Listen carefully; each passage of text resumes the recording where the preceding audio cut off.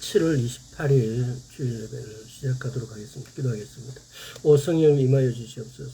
성령님 만져 주시옵소서. 성령님 만져 주시옵소서. 아버지 감사드립니다. 아버지 감사드립니다. 오늘이 비록 제 7일째는 제 7째 날은 아니고 흔히들 말하는 주일이라는 첫째 날입니다. 아버지 하나님, 우리가 이제 7째 날에 예배 드릴 수 있는 힘도 주시옵시고, 또한 아버지 우리 마음속에 주님을 사모하는 마음이 7째 날을 사모하는 마음으로 그 날도 아버지 우리가 축복하고 기념할 수 있도록 주의 은혜 베풀어 주옵소서. 감사드렸고 우리 예수 그리스도 이름으로 기도드리옵나이다. 아멘. 오늘도 역시 그 헤브라이즘과 헬레니즘에 대해서 더 알아보도록 하겠습니다.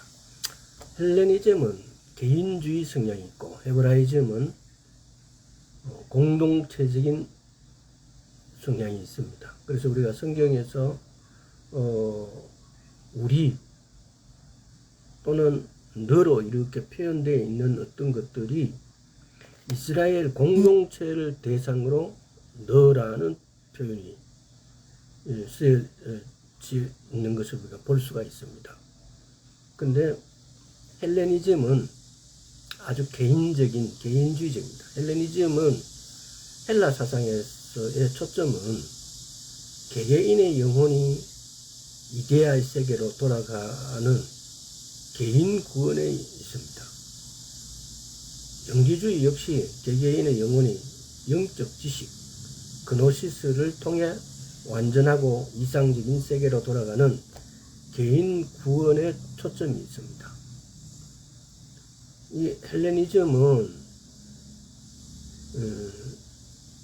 영성을 세상과 동떨어진 사람들로부터 격리되어 하나님과 단독으로 만나고 단독으로 기도하고 금식하고 묵상한 것만이 영성이 얻는 길이라고 생각해요. 이런 잘못된 영성관념이 가톨릭의 수도사들 또 수녀들 수도운동 이런 걸로 연결되어집니다. 이스라엘의 하나님은 이스라엘 백성을 항상 공동체적으로 기브츠, 농장도 이스라엘은 알리아드에서 그들이 와서 협동 농장을 해요. 마을마다 기브츠를 만들어서 기브츠라는 뜻이 협동 이런 뜻이에요. 협동 농장을 공동 생산해서 공동으로 분배하고 뭐 이런 개념이에요. 유대인들은 비록 온 세계에 뿔뿔이 흩어져 있지만은 한 가족, 미시파하라 그래요. 미시파하. 한 가족이라고 그러고, 그들은 이렇게 막 세계적으로 뿔뿔이 흩어져 있지만 그들은 한 가족이라고 생각해요. 미시파라고 생각해요. 한 형제라고. 이런 연대의식 속에 또 연대의식을 가지고 있어요. 신명기 7장을 한번 보겠습니다. 그러니까 이 헬레니즘은 개인주의 사상, 헤브라이즘은 공동체 사상, 공동체적인 생각. 6, 7절을 읽겠습니다. 너는 여호와 네 하나님의 성민이라. 네 하나님 여호와께서 지산 만민 중에서 너를 자기 기업의 백성으로 택하셨나니. 이 너가 누구예요? 이스라엘이에요. 여호와께서 너희를 기뻐하시고 너희를 택하심은 너희가 다른 민족보다 수요가 많은 연고가 아니라 너희는 모든 민족 중에 가장 적으니라. 이스라엘 백성을 보고 너라 그러고 너희라 그래요. 그러니까 이렇게 우리 기도도 그러잖아요. 성경에는 우리 하나님 이렇게 표현되어 있어요. 우리 하늘에 계신 우리 아버지, 하늘에 계신 우리 아버지라 그래요. 근데 이런 것이 보면은 굉장히 우리 대한민국과 굉장히 많이 닮아 있어요. 우리도 보면은 우리라는 표현이 굉장히 많이 써요. 내 가족 아니고 우리 가족이라 그래요.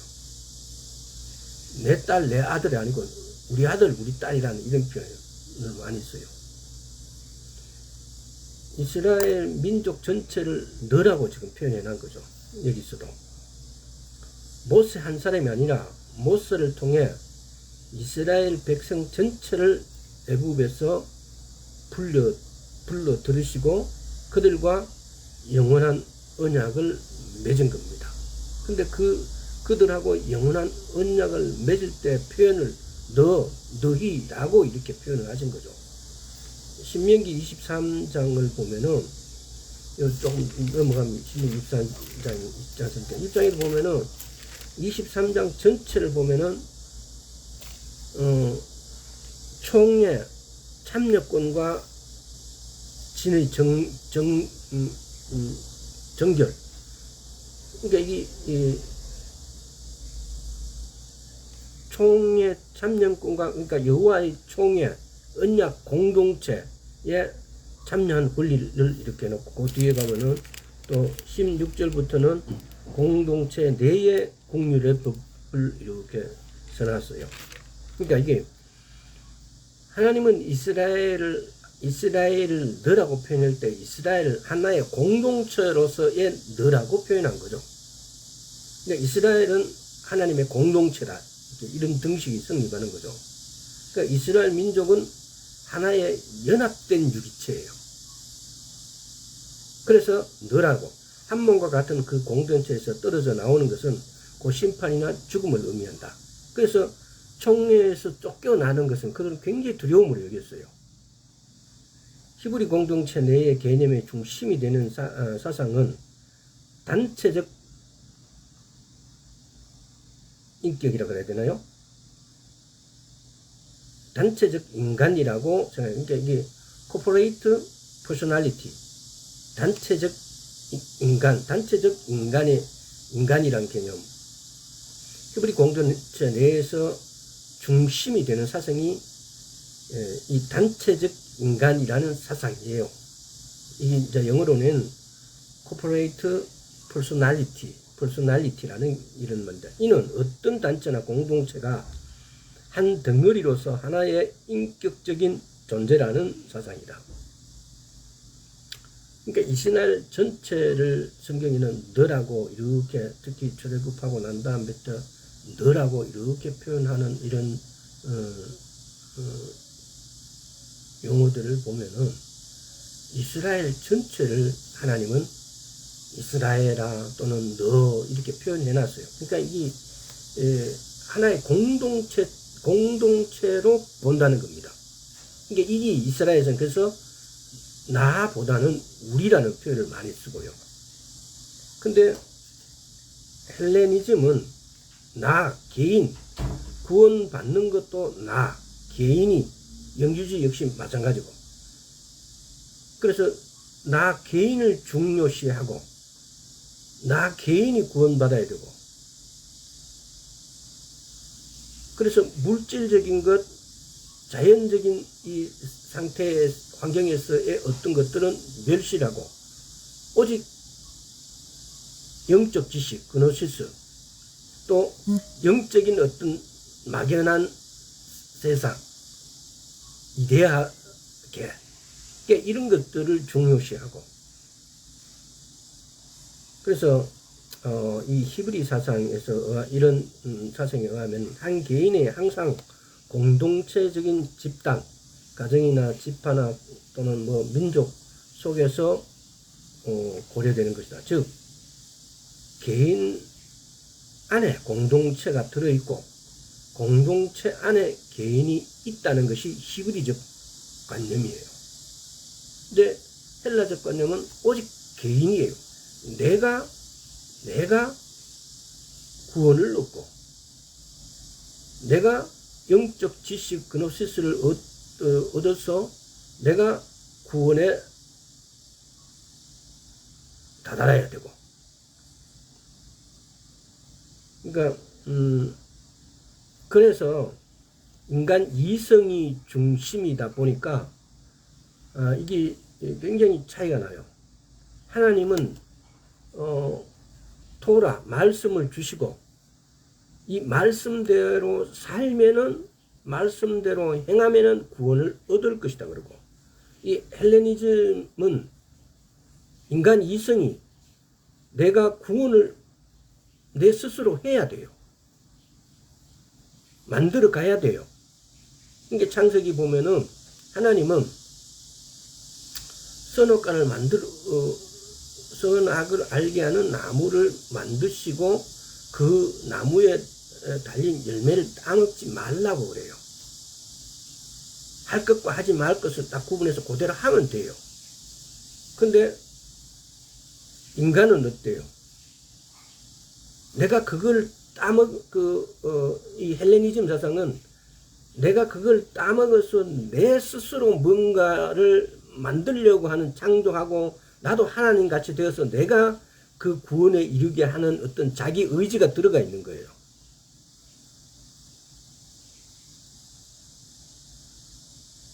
단지 나도 하나님처럼 나도 그런 전능자가 돼야지라는 이런 생각도 있겠지만은 내 스스로 뭔가를 하려는 이런 의지, 이게 이성에다가 바탕을 둔 이 헬레니즘 사상은, 그래서 하나님은 구원이란 것을 만들어 놓고, 쉽게 말하면은, 그래서 너가 요렇게 하면 너가 구원을 받는다라고 하나님은 이렇게 정해 놓으셨어요. 근데 헬레니즘은 내가 구원을 어떤 것인가를 만들어 가야 돼요. 그래서 내가 해야 돼요. 내가. 이걸 다음 시간에는 이걸 전체적으로 한번 정리를 하겠습니다. 그런데 내가 해야만이 구원을 얻는 것이 헬레니즘이에요. 그러나 헤브라이즘은 이미 구원의 모든 방법은 정해져 있어요. 그래서 나는 그것을 지키는 거예요. 그것이 뭡니까? 토라. 그래서 그걸 어떤 걸 지키면 되느냐가 하나님께서 토라를 우리에게 주셨어요. 나는 토라 주신 대로 창세기에서 비교하면은 동산 중앙에 있는 나무의 과실은 내가 따먹지 않으면 돼요. 근데 헬레니즘은 그걸 따먹어서 내 스스로 구원을 이루려고 하는 거죠. 그게 구분이 되죠. 헤브라이즘은 하나님께서 만들어 주신, 이루어 놓으신 구원을 나는 그것을 지키면 돼요. 하나님이 하라는 것을 하면 돼요. 근데 헬레니즘은 나도 하나님같이 그걸 따먹고 내 스스로 그런 하나님의 영역에 올라가서 내 스스로 그 구원을 만들겠다는 거예요. 이제 이런 어떤 기본적인 차이가, 그러니까 헬레니즘에서 우리 인간지 오늘날 보면은, 오늘날이 물질이 이렇게 발전되어 있고, 뭐 합리주의니 또 뭐 이성주의니 기타 이렇게 막 이 헬라 사상들이 우리에게 가져온 것들이, 오늘날 교육받는 우리가 합리주의가 나쁜 거냐, 이성주의가 나쁜 거냐, 실사구시 이래갖고 19세기부터 우리나라에도 그런 사상들, 이런 것들이 나쁜 거냐?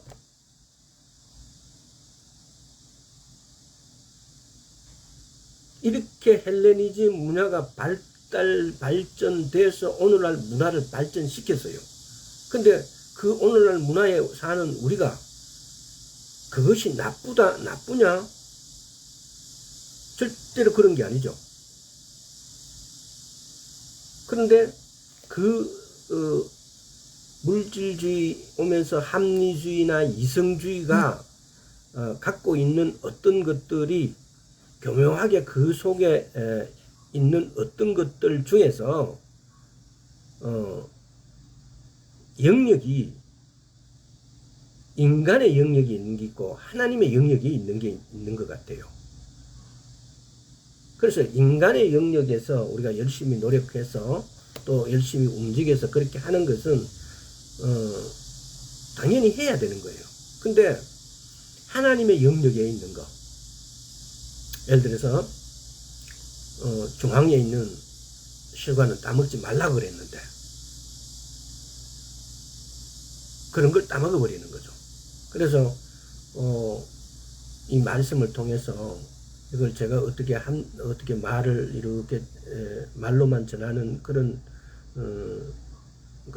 것에다가 여러분의 이성, 여러분의 생각을 이렇게 합쳐서 하나님의 말씀이 성경의 흐름, 하나님의 말씀의 뜻을 파악해서 헬레니즘보다는 헤브라이즘의 우리의 사고가, 우리의 모든 기본적인 것이 그 방향으로 흘러가야 된다는 겁니다. 신명기 29장 한번 보겠습니다. 그 뒤에 있죠. 자, 14절, 15절. 내가 이 언약과 맹세를 너희에게만 세우는 것이 아니라 오늘날 우리 하나님 여호와 앞에서 우리와 함께 여기 선 자와 오늘날 우리와 함께 여기 있지 아니한 자에게까지니라. 우리 그래요. 여호와 우리 하나님, 우주의 왕이시여, 우리 하나님, 하늘에 계신 우리 아버지, 우리란 이런 표현을 써요. 이 공동체적인. 로마서 12장 한번 볼까요?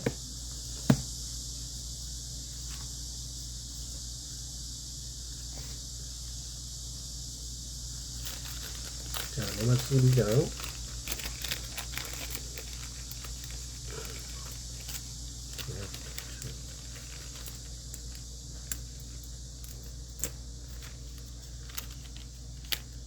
로마서 12장 5절. 이와 같이 우리 많은 사람이 그리스도 안에서 한 몸이 되어 서로 지체가 되네요. 그래서 우리 많은 사람이, 우리, 마태복음 6장에 한번 볼게요. 마태복음 6장 9절에서 13절. 그러므로 너희는 이렇게 기도하라. 하늘에 계신 우리 아버지, 우리 아버지여, 이름이 거룩히 여기심을 받으시며 나라 임하옵시며 뜻이 하늘에서 이룬 같이 땅에서도 이루어지이다. 오늘날 우리에게 일용할 양식을 주옵시고 우리가 우리에게 죄 지은 자를 사하여 준 것 같이 우리 죄를 사하여 주옵시고 우리를 시험에 들게 하지 마옵시고 다만 악에서 구하옵소서. 나라와 권세 영광이 아버지께 영원히 있으라. 우리. 그러니까 이 헤브라이즘의 히브리적 관점은 우리 공동체성을 띠요. 이스라엘이 디아스포라 됐다 알리아돼서 이스라엘 1948년에 독립되고 그 전에 그렇게 딱 들어가서 그들이 최초로 한 일이 뭡니까? 기프츠를 만들어요. 공동체 농장을 만들어요. 그러니까 그들은 모든 행동에 이런 것은 공동체적인 이 사고가 가득 차 있는 거죠. 고전에다 한번 볼까요? 고전 12장 12절부터 이거 보면은 12절부터 한 27절까지인데 이것도 한번 대충 읽어보면은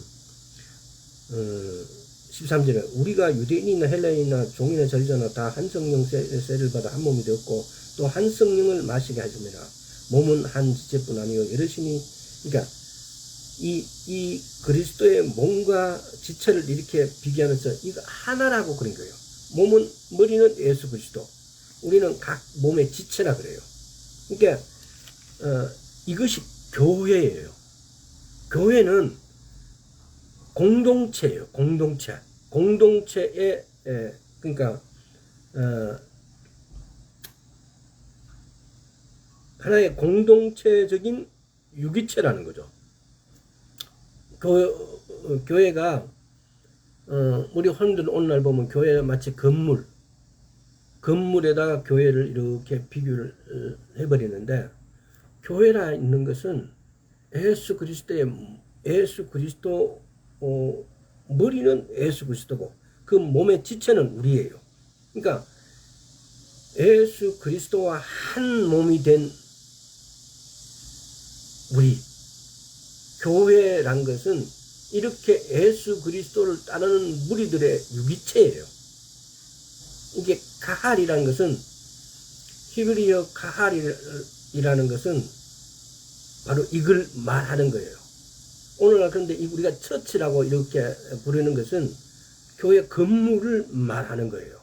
그러니까 이 원래 교회라는 것이 카한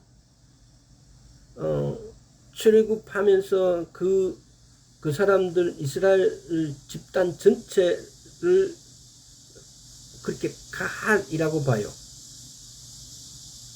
근데 이것이 AD 70년부터 이스라엘이 디아스포라 되면서 그리고 헬레니즘의 사상에 의해서 교회라는 것이 어느 순간 건물이 되어버렸어요.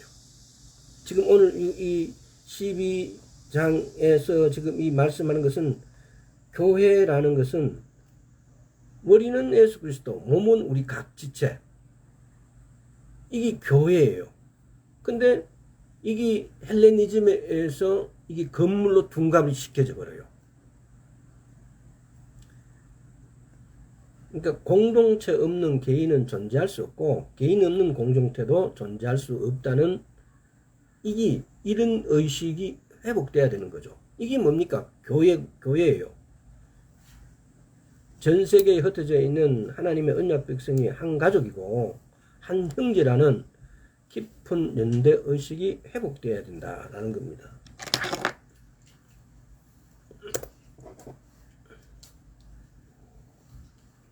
쉽게 말하면은 하나의 단체적인 어떤 인격체죠. 하나의 단체적 인격체가 뭐냐? 이게 히브리적 관점, 헤브라이즘 관점이라는 거죠. 그래서 보면요, 이스라엘이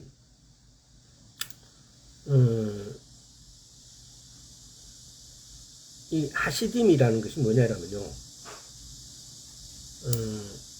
하시딤은 헤세드에서 자비 긍휼이라는 뜻의 헤세드에서 유래된 단어예요. 근데 경건한 자들이라는 이런 의미예요. 근데 바벨론 포로에서 돌아온 유대인들이 헬레니즘 문화 속에 세속화되어 가는 가운데 경건하게 자신들을 구별하고자 이렇게 하시딤이라고 이렇게 칭해요. 그래서 이 하시딤이 율법주의, 형식주의의 하시딤은 바리스페가 되고 신비주의, 금욕주의 하시딤은 에세네파가 돼요. 그래서 이 헬레니즘의 사상에서 얼마만큼 우리가 이 마지막 때에 히브리 관점을 회복하는가는 굉장히 중요합니다. 히브리 관점을 회복해야만이 이 성경의 말씀이 올바르게 해석이 돼요. 이 성경 말씀이 올바르게 해석이 되어야 우리가 올바르게 이해를 하게 되어지고 올바르게 믿게 되어지고 올바른 믿음이 나를 하나님께로 인도하게 되어지고 휴거 때에 내가 그 예수 그리스도 앞에 서게 되어집니다. 근데 이 개인주의적이고 이성주의적인 헬레니즘의 방법으로 이 성경의 말씀을 믿기 시작하면 이 성경의 말씀은 겉보기는 별 차이가 없는 것 같은데 이렇게 틀어져 버려요. 오버라져 버려요.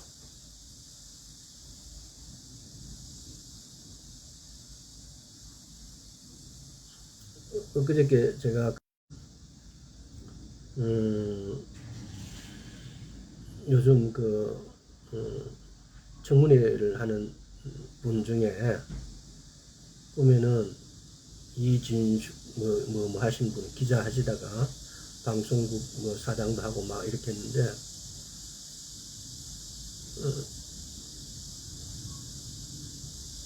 독도가 우리 땅에 이런 거에 대해서 답을 못해요. 이게 뭐냐? 처음 그분이 그렇진 않았을 거예요. 근데 그 하나 작게 어떻게 그려져 버린 것들이 이제는 돌이킬 수 없을 만큼 멀리 와 있어 버려요. 도저히 대한민국의 어떤 공석 자리에 있어야 될 사람이 아닌 것 같은 그런 생각을 갖고 있는 거죠. 성경적으로도 마찬가지예요. 보면은 이 헬레니즘의 사고에 적게 젖어서 설교를 하고 말씀을 보게 되어지면은 자기도 모르게 성경 원래의 뜻에서 이렇게 멀어져 가요. 그래서 오늘은 다 진도를 가보겠습니다. 그래서 영적인 본질이 또 육체적인 순종, 이 두 가지 차원에서도 한번 보겠습니다. 2세기 초부터 헬라적 사고는 토라를 문자적으로 육체적으로 준행하지 못한 결정적인 요인이 됐다. 헬라적 사고가 토라를 문자적으로 육체적으로 준행하지 못한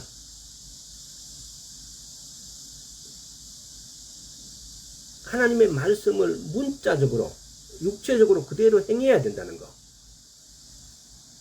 왜 그렇게 하지 못했는가? 그런 결과로 지금까지도 전통 기독교는 토라의 모든 명령과 규례와 법들을 문자적으로 육체적으로 준행하는 것은 무거운 짐과 명령일 뿐 아니라 실제로 하나님은 그것들을 문자적으로 육체적으로 지키라고 주신 것이 아니라는 신념 체계가 구축되었다는 거죠. 과연 그럴까요? 히브리인들에서 십계명, 십계명이 이렇게 출애굽할 때 십계명을 주셨어요, 하나님께서.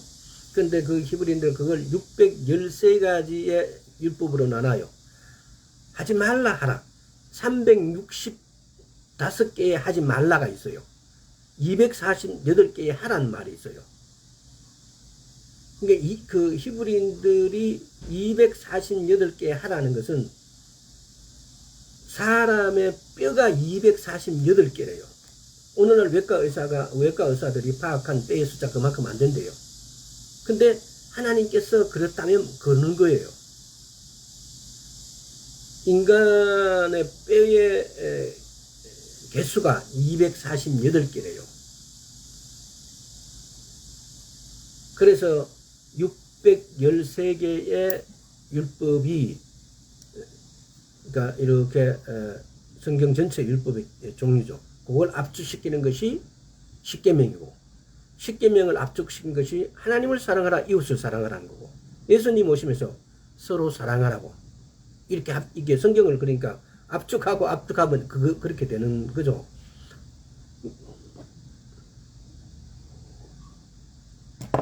헬라적 사고에 따르면은 구원받아야 할 존재는 사람의 영혼이다. 육체는 부패하고 타락하고 더럽고 악한 존재이기 때문에 물질적 세계 역시 부패한 세계다. 무가치하고 무의미하다. 오직 중요한 것은 영적인 세계이다. 영적인 세계가 뭡니까? 그래서 이데아 세계다. 이원론적인 거죠. 따라서 육체라는 감옥에서 탈출해서 저 우주 넘어 순수하고 완전한 이데아 세계로 가는 것이 구원을 받는 것이다. 그 구원을 가져오는 것이 뭐냐? 그노시스, 영적 지식이라는 거죠. 오직 영적인 것, 이 세상 육체적으로 행하는 것은 저급하고 무의미하고 가치가 없는 그런 수준이고, 오직 영적인 것만 추구하는 것. 이렇게 헬라적 사고는 이렇게 딱 이원론적으로 딱 구분되어 있어요. 나쁜 것, 좋은 것, 이렇게 딱 구분되어 있어 버려요. 영적인 것, 육체적인 것. 이런 헬라 사상은 이스라엘 백성이 육체적으로 순종해 왔던 사바, 절기, 엄시법, 제사장, 제도, 희생, 제사, 성김 등을 무가치 무의미한 육체적 행위로 간주를 해버렸어요. 그들의 눈에는 구약의 이스라엘 백성들은 그런 악하고 저급한 초등학문, 육체적 규례를 갖다가 초등학문이라고 그렇게 표현해놨죠. 예, 갇힌 바되고 메인바된 자로 보았다는 겁니다. 그리스도께서 오심으로 저급한 초등학문으로부터 자유케 하신 것으로 간주했다는 겁니다. 완전히 엉뚱한 방향으로 예수께서 오심으로 구약의 예를 들어서 여러 가지 제사 지내는 방법, 구약 시대 때의 절기, 또 구약 시대 때 하는 여러 가지 모든 것들이 저급한 방법이다. 예수님이 오셔서 피 흘리심으로 그런 것들을 다 해결했다라고 봐버린 거죠. 그래서 신약의 그리스도인들은 더 이상 토라를 육체적 예법을 매일 필요가 없다고 결론을 지은 거예요. 지난 시간에도 잠깐 말씀드렸는데, 사탄이 적그리스도가 하는 것 중에 가장 우리가 선명하게 구분할 수 있는 것이 때와 법을 바꾸는 거예요. 때는 여호와의 절기를 없애거나 다른 절기를 만드는 거고, 법은 토라예요. 토라. 하나님 말씀을 교묘하게 안 지켜도 된다. 뭐 이거는 옛날 거 구약이니까 이거는 안 지켜도 된다. 이렇게 구약에 예수님께서 오셨기 때문에 구약 거기 때문에 이거는 상관이 없다. 이렇게 하는 거예요. 때와 법을 바꾸는 거. 그러니까 예를 들어서 우리가 다니엘서라든가 요한계시록이라든가 스가랴서라든가 우리가 아직 거기에 나오는 많은 어떤 것들이 해결이 잘 안 되고 해석이 잘 안 되는 부분들이 들어있어요. 근데 오늘날 보면은 연구를 해보세요. 오늘날 연구를 하는 게 찾아보세요. 오늘날 이런 많은 부분들이 해석이 되는 거예요. 왜? 주님 오심이 가까우니까.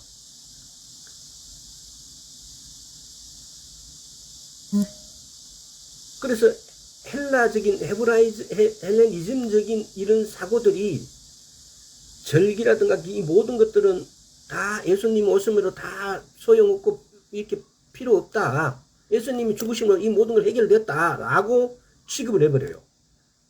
그래서 안식일을 때와 법을 변경하는 거예요. 때. 안식일은 하나님께서 첫째 날, 둘째 날, 쭉 일곱째 날. 일곱째 날에 안식하라. 일곱째 날을 기념하고 지키라. 이게 정해놨어요. 왜?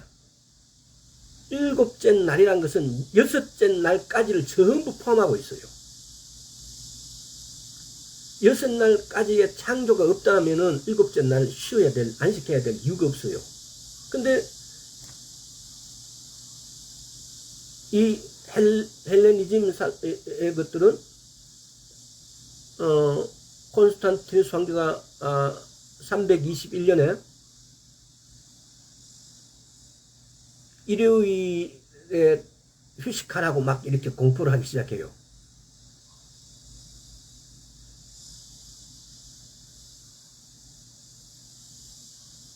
일요일은 그동안의 그 지역에서 어떤 신이에요. 태양신, 미트라, 뭐 기타 막 신이 한두 명이 아니잖아요. 그런 신들의 날이에요. 그래서 그걸 363년 라오디기아 공회에서는 확정을 해버려요. 일요일을 주일로 바꾸는 이 날을 안식일로 하자고. 그러니까 일요일은 쉽게 말하면 첫째 날이에요. 이 라오디기아 공회에서 이게 때를 바꿔버려요. 그래서 앞으로 우리는 과연 누가 적그리스도인가? 요즘도 보면은 트럼프가 적그리스도다 뭐 이런 사람도 들어있어요. 또 누가 적그리스도다, 교황이 적그리스도다, 뭐 또 심지어는 마크롱이 적그리스도 한 사람도 있어요. 근데 그들이 우리가 구분하는 것은 때와 법을 바꾸는 사람. 오늘날 우리 대한민국의 우리 교회들은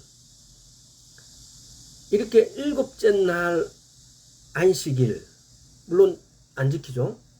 그리고 가장 중요한 게 뭡니까? 절기 안식일. 이 절기안식일이 성경에서 그 자체를 감춰버렸어요. 이 절기안식일이 예수 그리스도 오심을 예표하고 있어요. 정확하게. 농사에도 비교가 되어 있고, 예수님이 오시고 죽으시고 부활하시고 다시 오심에 대해서도 이 절기안식일이 그대로 기록되어 있어요. 그래서 옛날에 그런 경우도, 저도 그런 교회에 잠시 다닌 적이 있는데, 오순절 날에 예수님 오실 거라고 목사님이 막 예언을 했어요. 근데 안 왔어요.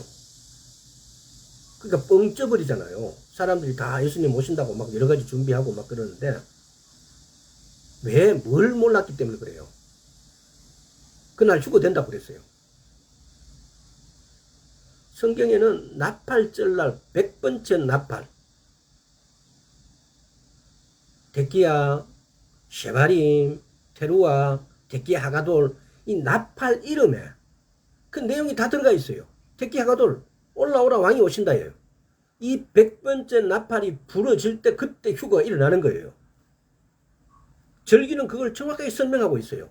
그래서 하나님께서는 그 절기 안식을 기념하라 그러세요. 절기가 뭡니까? 애행 연습하는 날이에요. 왜 우리 보고 그걸 애행 연습, 리허설 하게 해야 돼요?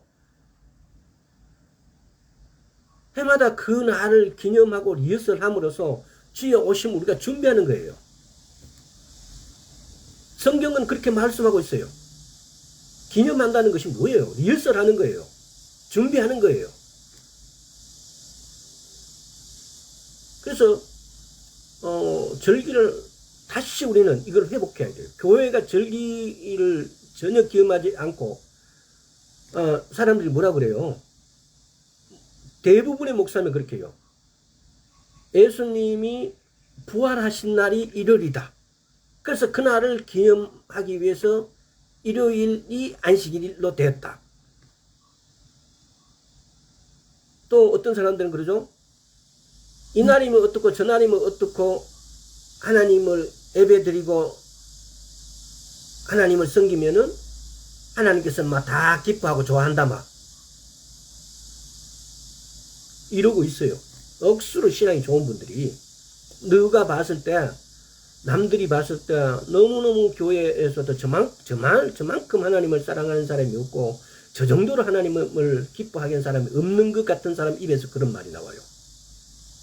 그러면은 나머지 신앙 초보자들고 교회의 중심에 있는 사람들이 그런 말을 했기 때문에 나머지 사람들은 저 사람 말이 당연히 마치 저렇게 예수를 잘 믿고 전하는 사람들이 저렇게 알고 있는데 라고 생각해 버리게 돼요.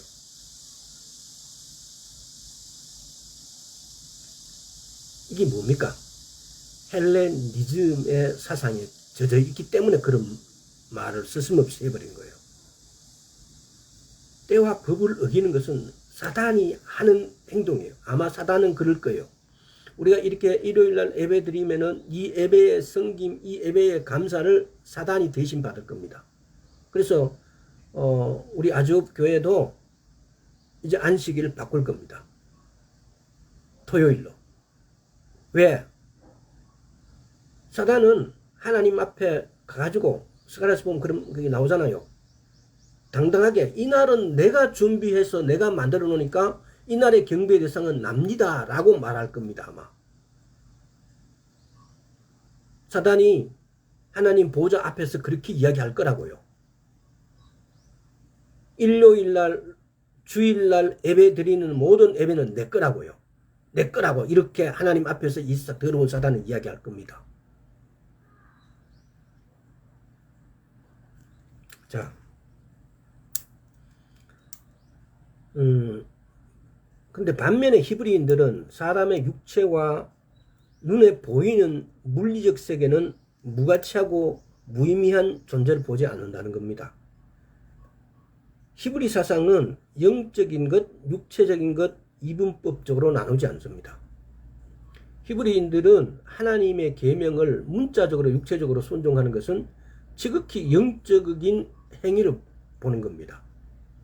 히브리 사상은 영적인 것이 육체적인 순종으로 나타나야 하는 것으로 보았다는 겁니다. 영적인 것이 육체적인 순종으로 나타나야 하는 것으로 보았다는 겁니다. 영적인 것 이꼬르 육체적인 순종으로 나타나는 것이다. 이 굉장히 중요한 말입니다. 영적인 것은 육체적인 순종으로 영적인 것이 따로 있는 게 아니에요. 영적이라고 되어지는 것은 육체적인 순종으로 나타나지는 것이 영적인 것이에요. 굉장히 중요한 말입니다. 이게 히브리적 사고고 헤브라이즘적인 사고예요. 히브리 사상에 따르면 이 땅에 있는 것들은 모두 하늘에 있는 것들의 거울, 그림자라고요.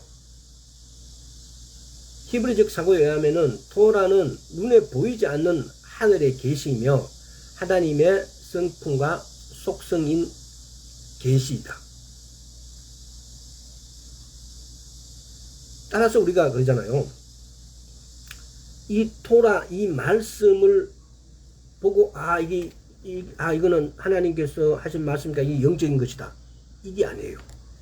이 말씀을 지켜낼 때 내므로 이것이 영적인 것으로 쉽게 말하면 승화가 되어버리는 거죠. 영적인 것이 되어버리는 거예요. 나타나게 되어지는 거죠. 그러니까 하나님께서 우리한테 육체를 부어주신 이유가 우리 육체 따로 영적인 것 따로가 아니고 우리 육체를 통해서 영적인 것을 나타내라고요. 마태복음 23장으로 보겠습니다. 23장 쫙 펴지네요. 23장 화 있을진저 외식하는 서기관들과 바리새인들이여 너희가 박하와 회양과 근처에 11조를 들이되 율법의 더 중한 바 의와 인과 신은 버려도다. 그러나 이것도 행하고 저것도 버리지 말아야 할지니라.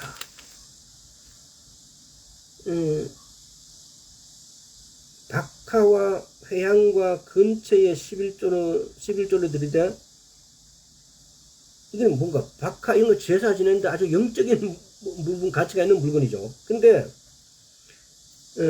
더 중한 바 의와 인과 신을 버렸도다.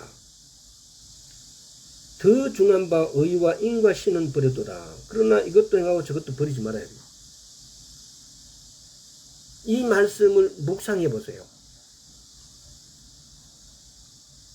하나님에 대한 사랑과 이웃에 대한 사랑이 함께 가야 할 뿐만 아니라 그것들은 반드시 육체적인 행위로 나타나야 한다는 것을 강조하는 것입니다. 지금 이 말씀이 그런 것도 있어요. 그런 의미를, 이 깊이는 그걸 포함하고 있다는 거죠. 영적인 것, 육체적인 것. 영적인 것은 육체적으로 순종을 통해서 영적인 것이 되어진다는 겁니다. 영적인 것은 육체적인 순종으로 나타나야 하는 것을 보고, 이게 육체적 순종이 없으면 영적인 것이 있을 수 없다는 의미도 있는 거죠. 육체적인 순종이 순종으로 나타나야 하는 것, 이게 영적인 것이에요.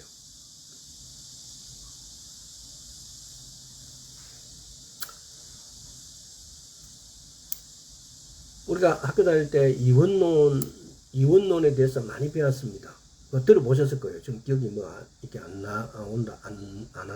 되어진다 하더라도, 영적인 것과 육체적인 것을 이렇게 나누는 것은, 이게 헬레니즘적인 사고예요.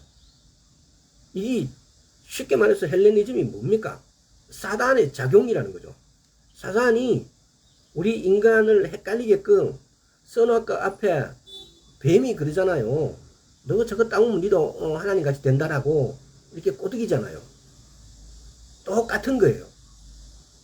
우리인데도 육체적인 것은 등한시 여기고 영적인 것은 중요한 것이고, 그래서 내가 천국을 가려면은 이 영적 지식, 그노시스가 영적 지식을 취득해야 되고, 그 영적 지식을 취득함으로 내가 이데아, 영의 세계로 간다는 거죠. 그러니까 걔네들은 그래서 그 영적인 지식을 취득하기 위해서 저끼리 2, 3년 동안 이렇게 교육하는 기관에서 교육하는 거예요. 그러면은 한 어디 가서 교육을 그렇게 받게 되어지고 받고 난 다음에 자기 고향으로 쉽게 돌아가면은 그 사람은 영주주의 영적인 지식을 가진 어떤 리더자가 되는 거죠. 딸랑 그거 몇 년 어디 가서 공부했다고 영적인 사람이 되어 있는 거예요. 그래서 그 교육을 받지 않는 일반적인 사람들은 쉽게 말하면 하층민이 되고 자기들은 상층민이 돼서 그 하층민을 지배하는 구조죠. 이게 헬레니즘의 사고예요.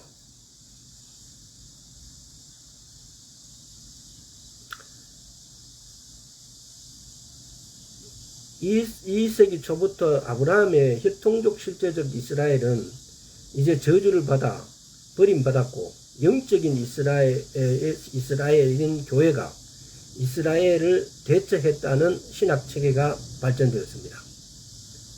그 결과 타나크의 거의 모든 사제들과 규례들과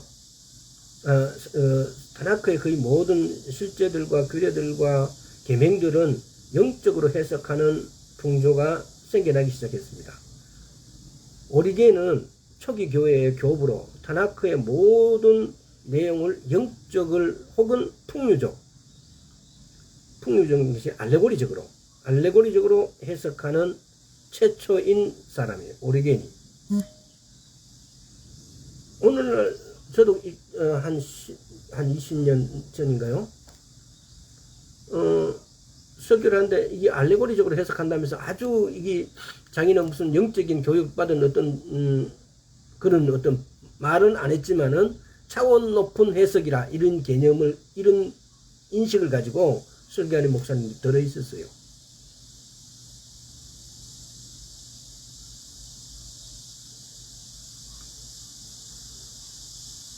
육체적으로 순종한 이스라엘은 하나님의 성품과 속성을 더욱 실제적으로 체험하고 경험하게 될 뿐만 아니라 그런 육체적 순종을 통해 하나님의 성품과 속성을 더욱 닮아갈 수 있게 되는 것이다.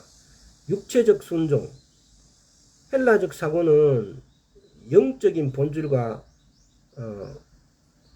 반대 개념을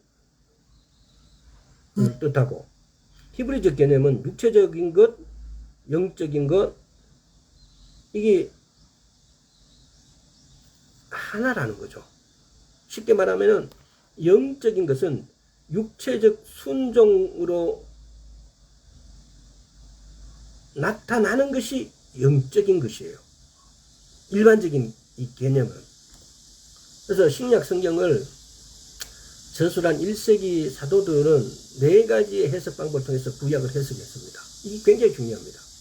그래서 이렇게 해석하는 오늘날 우리는 보면 대부분의 성도들은 자기 목사님이 성경을 해석해주는 해석으로 말씀을 먹어요. 그래서 자기 목사님이 설명해준 말씀 그대로를 먹고 인식하고 따라가게 돼 있어요. 근데 1세기의 사도들은 성경을 어떻게 해석하는 방법을 가져왔는지 지난 시간에 얼뜻 이야기했는데 첫째 방법이 뭐냐? 페샷이에요. 페샷은 문자적으로 해석하는 거.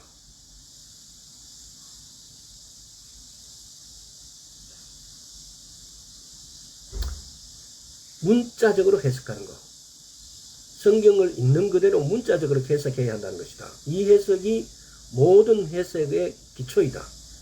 이 해석이 잘못되어지면 다음 단계인 해석도 빗나갈 수밖에 없다. 예를 들면 출애굽기 24장 10절에서 출애굽기 24장 10절을 한번 보겠습니다.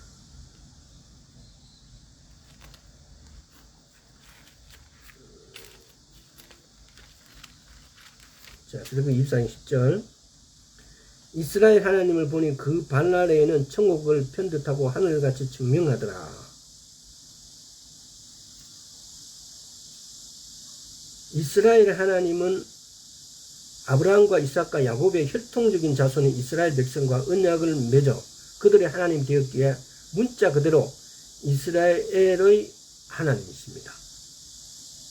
근데 반대로 영적인 이스라엘은 이방인 중심 교회와 기독교의 하나님이란 의미라고 해석한다면은 그것은 성경을 부정하는 겁니다.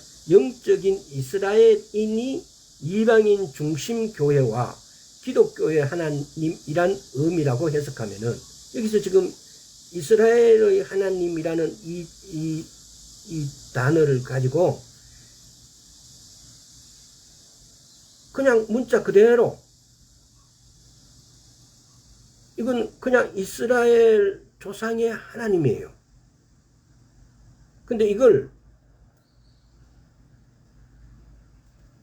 아브라함과 이삭과 야곱의 혈통 자손 이스라엘 백성과 언약을 맺은 그들의 하나님이 되시게 문자 그대로 그냥 이스라엘의 하나님이세요. 근데 이걸 영적인 이스라엘인 이방인 중심으로 초대교회 이방인 중심인 교회 쉽게 말하면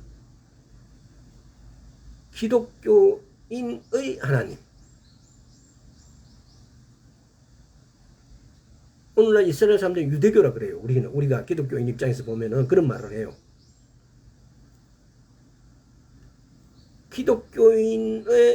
기독교인만의 하나님으로 말하는 것이 이것이 뭐냐. 이렇게 문자적인 해석을 기초로 두지 않기 때문에 그런 말이 나오는 거예요.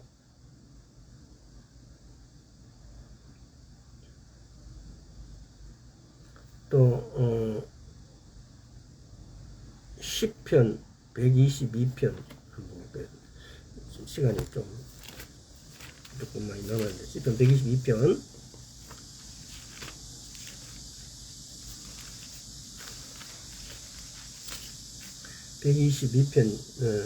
6절 예루살렘을 위하여 평안을 구하라. 예루살렘을 사랑하는 자는 형통하리라. 이 문자 그대로예요. 문자 그대로 예루살렘을 사랑하라 그러면 예루살렘을 그냥 사랑하는 거예요. 다음 두 번째는 레메즈라 그래요. 힌트, 암시, 레메즈라는 뜻가 힌트, 암시라는 뜻이요. 성경 곳곳에 나오는 공통된 단어를 통해 힌트나 암시로 얻음으로써 이끌어내는 해석이다. 이거는 시간 좀 관계상 이거는 그냥 세 번째만 넘어가겠습니다. 세 번째는 드라시. 이끌어냄이라는 뜻은 성경의 문자적 차원을 벗어나 영적이고 성경적인 의미를 끌어내는 해석이다. 고전 10장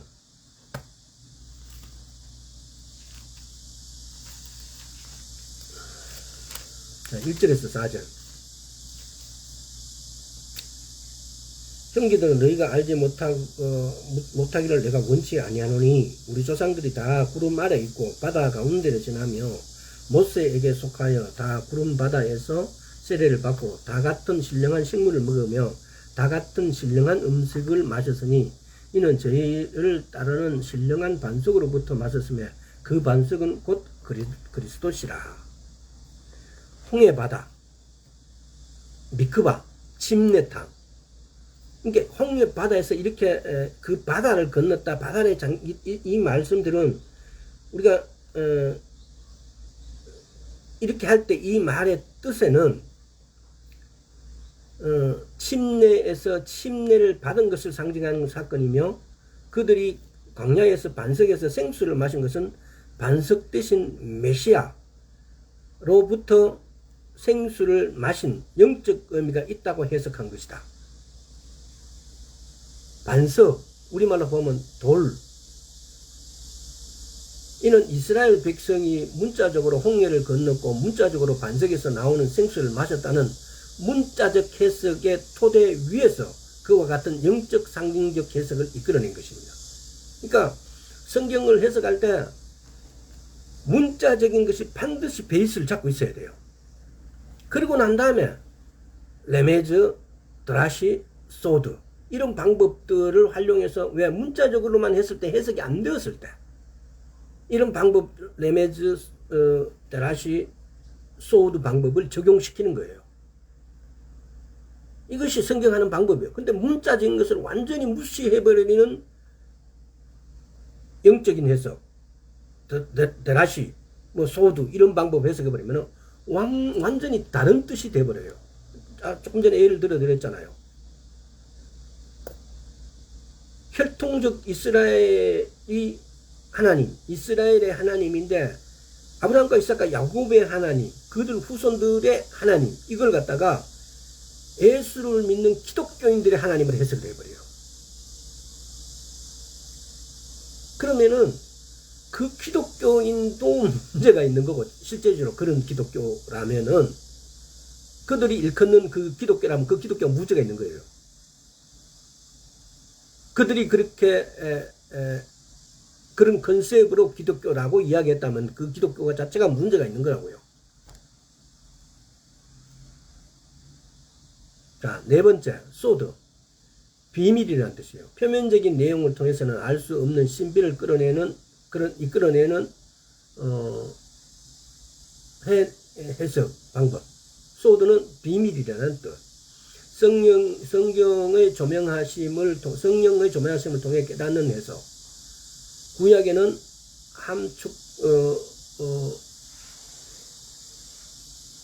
구약에 감추어진 많은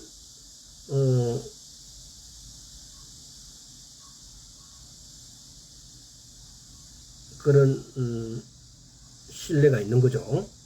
히브리어 글자 하나하나에는 숫자값, 게마트리아라고 그러죠. 이게 예를 들어서 알레프는 1이고 이렇게 숫자마다 그 숫자 값이 있어요. 이게 게마트리아라고 그러는데 통해서 비밀스러운 메시지가 끌어나올 수 있다. 이게 계시록 13장을 보겠습니다. 시간이 다 됐습니다. 계시록 13장 17절에서 18절. 누구든지 이 표를 가진 자 외에는 매매를 못하게 하니 이 표는 곧 짐승 이름이나 그 이름의 수라. 지혜가 여기 있으면 종래 있는 자는 그 짐승의 수를 세어보라. 그 수는 사람의 수니 666이니라. 이렇게 그 숫자. 신명기 10장 한번 보겠습니다.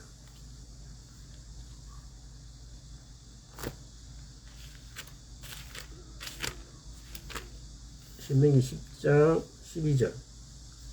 이스라엘아, 네 하나님 여호와께서 네게 요구하신 것이 무엇이냐? 곧 네 하나님 여호와를 경외하여 그 모든 도를 행하고 그를 사랑하며 마음을 다하고 성품을 다하여 네 하나님은 여호와를 섬기고.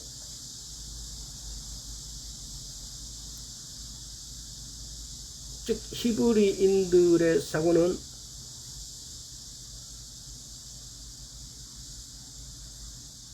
모든 동호를 행하고 그를 사랑하여 하며 마음을 다하고 성품을 다하여 내 하나님 여호와를 섬기고, 이렇게 하는 것이 이 모든 걸 어떻게 보면 영적으로 보고 있다는 거죠. 이렇게 이건 조금 떨어져. 그러니까 뭐냐면은 소드로 해석하는 그 영적인, 그러니까 이 영적인 해석을 소드를 이렇게 하는 것이 영적인 해석. 영적인 해석은 뭐라고요? 육체적인 순종으로 나타나야 하는 것이 영적인 것이라고 보는 거죠. 마음을 다하고 성품을 다하여 네 하나님 여호와를 섬기는 것. 하나님을 섬기는 데 있어가지고 네 하나님 여호와를 경외하여 그 모든 도를 행하고 그를 사랑하며 마음을 다하여 성품을 다하여 네 하나님 여호와를 섬기는 것. 이렇게 하는, 마음을 다하고 성품을 다하고 하나님을 경외하여 모든 도를 행하고 모든 도를 실제로 행하고, 그리고 그를 사랑해서 마음을 다하고 성품을 다하여 네 하나님 여호와를 섬기는 것. 이렇게 하는 것이 뭐라고요? 이렇게 하는 것을 히브리적은 이것이 영적인 것이라고 본다는 거죠. 다시 말하면은 영적이라는 것은 육체적인 순종으로 나타나야 하는 것을 본다 이 말이에요. 이것이 히브리적 사고고 히브리적 관점이에요. 영적인 것이 있고 육체적인 있는 것이 따로 있는 것이 아니고, 헤브라이즘 사고는 영적인 것과 육체적인 것은 하나로 보는 거죠. 따라서 육체적인 것이라 해서 저거는 뭐 그냥 약하고 거짓되고 이렇게 보지 않는다는 거죠. 영적인 것은 육체적으로 순종을 통해서 표현해야 된다는 거죠. 나타나는 것이 영적인 것이라고 보는 거죠. 히브리 사고는 하나님의 계명을 마음을 다해 뜻을 다해 힘을 다해 육체적으로 순종하는 것을 영적인 행위로 본다는 거죠. 예를 들어서 일곱째 날 안식일, 문자적으로 그 육체적으로 순종하는 거, 그걸 어떻게 해요? 마음을 다해 성품을 다해 순종하는 거. 이 자체가 하나로 보는 거죠. 이 자체가 영적인 것이라는 거죠. 우리 일곱째 날 안식일 날 우리 안식일 교회 예배 드리자. 이것이 이렇게 실제로 내가 행동으로서 예배를 가서 그리고 마음을 다하고 성품을 다하여 온 경외함으로 이렇게 예배 드리는 것이 영적이란 것이죠. 영적이란 거.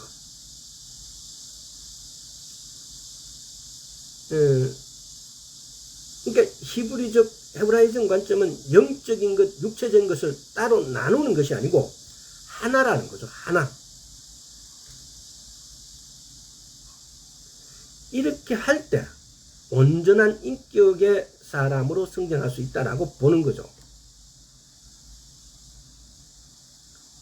그러니까 이것이 헤브라이즘의 어떻게 보면은 아주 결론적인 어떤 부분이에요. 헬레니즘하고 헤브라이즘을 구분하는 것 중 가장 큰 거는 헬레니즘은 이걸 딱딱 구분해버리고 자기 이성을 통해서 최고의 믿음이 뭔지 창세기에 보면은 동상 가운데 있는 하나님께서 따먹지 말라는 것을 따먹음으로써 내가 하나님같이 되고자 하는, 나도 하나님과 똑같이 어떻게 되고자 하는 그 말 안에는 내 스스로 뭔가를 이루고, 예를 들어서 천국에 가는 걸 내 스스로 가려고 노력하는 거예요. 제 스스로 방법을 찾고 그 방법이 이 방법이다라고 결론 짓고 그 방법에 도달하려고 애쓰는 거예요. 근데 하나님 헤브라이즘 방법은 그 목적지는 하나님께서 정해놓으신 거예요. 그리고 너는 그래서 이것을 지키면은, 내가 이렇게 먹자는데 그 중앙에 있는 중앙 과일나무를 따먹지 않으면은 너는 내게 올 수 있다. 내가 같이 영원히 산다 라고 말씀해놓은 거예요. 그러면 하나님 방법은 그 목적은 하나님께서 정해놨고 우리는 그걸 지키고 마음을 다해 성품을 다해 갖고 다 따르는 것이, 이것이 영적인 것이 돼요. 내가 육체적으로 행한 것이 영적인 것이 되어져 버려요. 근데 육체적인 종교는 육체적으로 모양만 이렇게 표현할 뿐이지만은 우리는 이 육체적인 그 플러스에다가 뭐라고요? 마음을 다하여 성품을 다하여 하나님께 따라가는 거. 영적인, 이렇게 해서 이것이 육체적으로 순종하는 것이 영적인 것이 되어질 때, 그때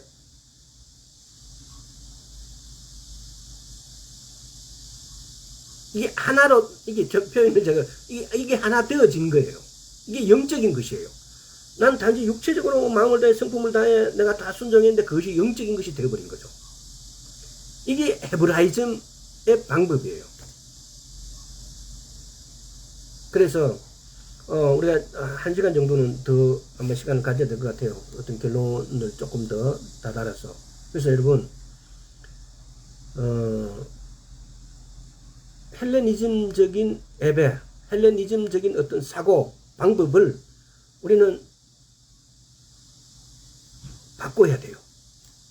그렇지 않고 내가 만약에 내가 내 믿음이 나는 이렇게 하면은 나 하나님 나라에 가겠지 하는 그 믿음들의 대부분은 헬레니즘 사고예요.